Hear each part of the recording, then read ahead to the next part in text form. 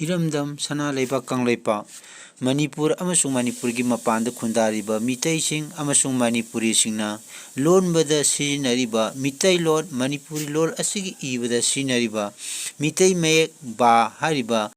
mapung mayek kunung mayek asigi matangda mayam punamakna khangminasi amadi awarapa nainaminasi Hanbamaktada Iramdam Sana Leiba Kangleipa Manipur sida leiriba lol mayek punung sijaba amadi Iramdam Sana Leiba Kangleipa ki wang madalai kraba lol mayek punung sijaba mitai lol Manipuri lol punung sijaba khudingmapu ikai khumnaba uchari amadi lol mayek tambi matamda thaujal haiba mienga loina tambi ngamba miyosing amadi asigumba thaujal haiba miyosing yawba lupsing busu ayang ikai khumnaba uchari ngasi nainagadaba asi mapung mayek ba hariba adugi matangdani channel asigi mamingna Manipur language feature aduga aigi mana ngangkham premesor ngasidi ba hariba mitai mayek pi mapung mayek asigi matangda nainaba haujarage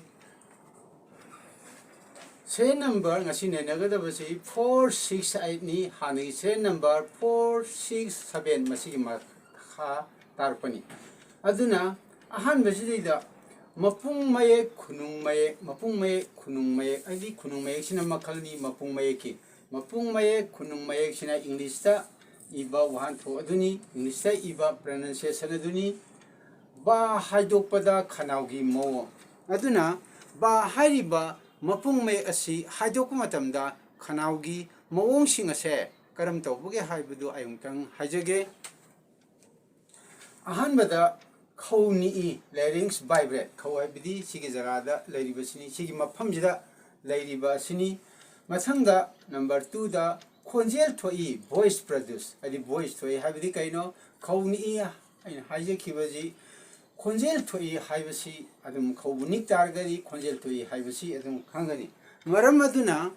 ba hariba mitai meki khunungye asi haidoku matamda khawni aduna khawni ku matamda khonjel su thoi madi mathangi amu nainazarake mathangda 22.2 da ba haidokpada changba hakchang kaya adi ba haidokku matamda hakchang gi kaya sing manungda karam changi haibadu hajarake madi body parts for pronunciation ba haidokpada changda hakchang gi kaya singado number 1 da ahanbada chimbal ani two lips adi mathakta chimbal amsung makha thangba chimbal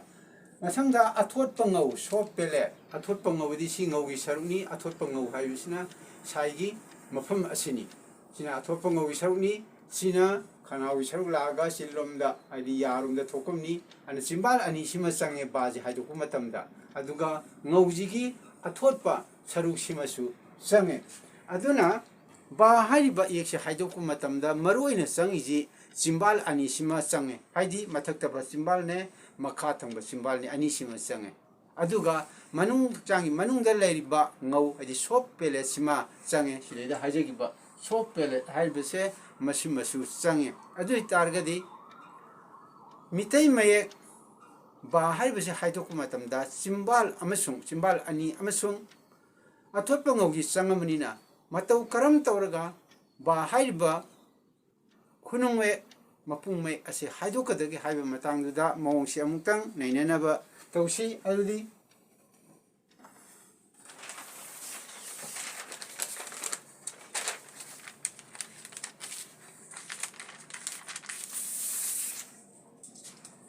sigi saruk sidayda ba haidokpagi mawong adi mode of pronunciation of ba ana kunung mayek asi haidokpada thabom bigi nungsitpu chimbal anina thingi aduna haiba ba yekse haidokku matamda thabom bidagi lakpa win pipe laiba si gi sida lakadabdu chimbal ani sina thingneba haibe chimbal si umsalaga thingadabani adi masangda amu ngaugi athotpa sarukna haigat khiduna natol lamisu thingi aduna ngaugi athotpa saru number 7 sopel harije athotpa ngau harije masina mathak lomda haget kharaga natol lamida lakadaba nungsida sisu mana thingaragani ngaugi athotpa sarusina mathakta haget kharaga aduna ba hai be shi hai dok matam sang dei simbal mathak ne simbal makhani si umsalaga sim thingani aduga ngauge thorpa saru ama matholom da haigar khraga win failom dagi thabo mi dagi lakadaba nungsi somai ge de lakadaba sima maside thinggelani ai masangda simbal ani khangkha ka thokpada yanung dagi nungsi chenthor kani adubu khanau yanung dagi thorokpa nungsi ado sapu kanloi masina haribasi karino haiba matamda sida haribasi kari hano haiba matamda simbal ani khangka kathokpuda hadi sige simbal ani je khangka kathokpuda hadi mathaktu sakhatkiba makhadu satharpu matamda yanungdagi nungsi chenthorkani yanungda lairumba nungsi singado somda chenthorkani ba sida hariji adubu khana yanungdagi thorakpa nungsit ado sapu kalo adubu sideida thorakadaba nungsit ado haidi chimbalani ji khangka kathoki matamda sideida thorakadaba nungsit ado sapudi kalloi haba sideida harise aduna masida harisi karino hayo matamda ba haiba khunung yese haidok matamda chimbal mathakina mathakta sakhatkidaba makhagina makhada kumtharpa ahanbada mathak amsu makhada kakatpa kumdaba tawdringada chimbal ani si umsalaga thabom bidagi lakpa nungsitse masima thingani aduga thabom bidagi lakpa nungsitna ngaugi mathak lomda haigat khraga ngaujina mathak lomda haigat khraga nato lambisu thingrani thinga matungda ya aniji adi chimbal aniji khangka kathokko matamda nungsi tholakani adubu aikona nijingadabadi nungsi tholakko matamda khangthok tholoi haba adudi ai haiba hojrake ahamada chimbal anisi thingaga nungsi hana thingjage adi hainamba tawjrake ba amukana hajarake aham chimbal thingaga khangka kathokake ba sumai tawduna amuksu harke ba sumai tawduna ba hairiba mitei meki mapung me khunung se masi haidokani adu haidok matamda nuksisi khangthok tholoi haibisi aikoina adum khunna khallaga aduchu yengbe agani sumaitraga ba haiba matamda nuksisi yamna tholoi khajikhatani mana tholakadei je masi madi aikoina ningjing ba darkar oi maina ba haiba matamda nuksi yamna tholoi tholakani matawasum tawduna ba haiba EXC haidoba matung sidaida makha tarpada ba haiba mapung mai ase mai definition asi abu mathang mathang haijarake adubu ahama definition haidringaida ba haiba EXC lom tharapa mapung mai su kawi madong tang pajarake ba gi wahan thok sidaida definition da ahanbada ba asi lom tharapa mapung mai haina su kawi haba mukana jage ba asi lom tharakpa mapung mai haibisu kawi lom tharakpa mapung mai karino haibisi and mamangi lesson singda para singda naina khre madi karino haiba matamda miyoiba kanglu haiba jiba kanglu basi social animal haidi amaga laiminabnina mafam amadai lakpa mafam amada satkhiba sumaituna lolgi ahongbaje khara lakum maramna matam amada sahi kayagi mamangda ngangnaramba wai singado matamgi matungina ahongba lai matamgi matungina ahongba lakba lolsing adubu mapung phana phongdokpa ngamnabagidmakta aikhoigi mayek sidaida mapung mayek trani pan sidaida mayek mapal su hapsili haiba mapal asigi manungda ba haiba mayek asisu manung chali maramaduna lom tharakpa akoi wahai singase ngangthorpa matamda mapung phana haidokpa yanabidmakta mapung mayek ba asi sinai maramaduna lom tharakpa wahai singi mahut sinbani khangnabagidmakta amadi mahut sinba oina sinaba maramna ba ase lom tharakpa mapung mayek hainasu kawi ji mathangda makha tarpada ba haiba ek asigi wahan those amana haijage wahan thosina mathang hajagadoriba identification asina karino haiba matamda mamangda hajakhiba ba haiba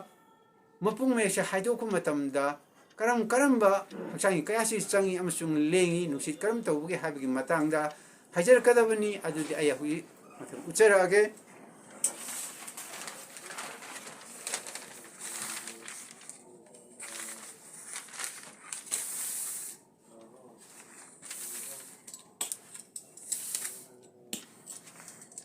Siride yengbiu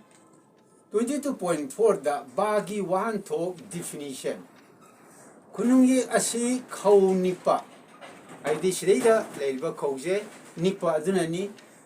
simbal anigi haidi simbal ani yawu maramna si haidok matamda nungsit thingba haidi simbal ani umsan garga nungsit thingba maramna nungsit thingba kunung ye kauye bukana haijage kunung ye asi khau nipa ahami manugi harni khau nipa simbal anigi nungsit thingba aidi simbal ani umsin giba matamda nungsit thingba aduna ni aduga kunung ye kau I maram aduna ba haiba mai asigi definition identification ase wahan tho se karino ha matamda mai asi khaunipa simbal anigi nungsit thingba kunung ye kau I mukana hajage ba haiba mai asi khaunipa simbal anigi nungsit thingba kunung ye kau I asumna bagi definition ase haigani makha tarpada ba hariba mapung mai kunung ye ase karam ba wahaigi famda lerga sijine haibado amuhana mathang haijarake ahanbada si shrida bagi sijina pam uses of ba asi wahaigi ahubada marak amasung aroibada laibiyai aduna ba haiba mayeg asi wahaigi ahubada marak amasung aroibada laibiyai magi khudamdi kari kaino de word leire pronunciation leire control leire meanings leire ahanbada langba ahanbagi number 1 asina karino haiba matamda langba haibadi pot ama langba sina pronunciation ni to throw adi langba adi mathang ani subada khubom haibadi karino haibadamda fleshy back part of leg between knee and ankles haibadi khubom haibadi karino haibada fleshy back part adi matung oina tawba tung tangba saruk of legs adi khongi matung oina tawba tung thangba sarukta karamagi marakta lay amdi khu amasung khujengi marakta layba aduna khubom haibsi karino khu amasung khujengi marakta layba athotpa khongi saruk aduni sida khubom haire sida baji wahaigi marakta sinare sumai tawduna mo wahaigi arobda sinabaji amu yengsi number 3 da saba tu I ana saba haiba matamda baji wahaigi arobda leire maramasina ba haiba I ase wahai amagi ahubada laibiyai marakta laibiyai amasung aroibada laibiyai matang asida mitay mayeki ba haiba mapung me asigi makal kunungye asigi matangda sanduna haijaba loijare channel asigi mamingna Manipur language feature aduga aigi mingna ngangkham premeso lamdam asida lairiba amadi lamdam asidagi aidi iraiba sana leba kangli paktagi mapanda laikhraba mipung khudi bangna aina khara miyamda khangki khara pawdam jabasida haijabasida awat apa menkapira u haibira u ay harauna loksin jagani aduga lol mek tambi matamda thaujal haiba miengaloina tamiba minungsi sauba miyosing amadi asigumba minungsi sauba miyosingna sembal loop singbusu ay hangna ikai khumnabu usari ngasigidi matang asda losinjana matam yorok le matangi upload tawa matamda maya amu unaminasi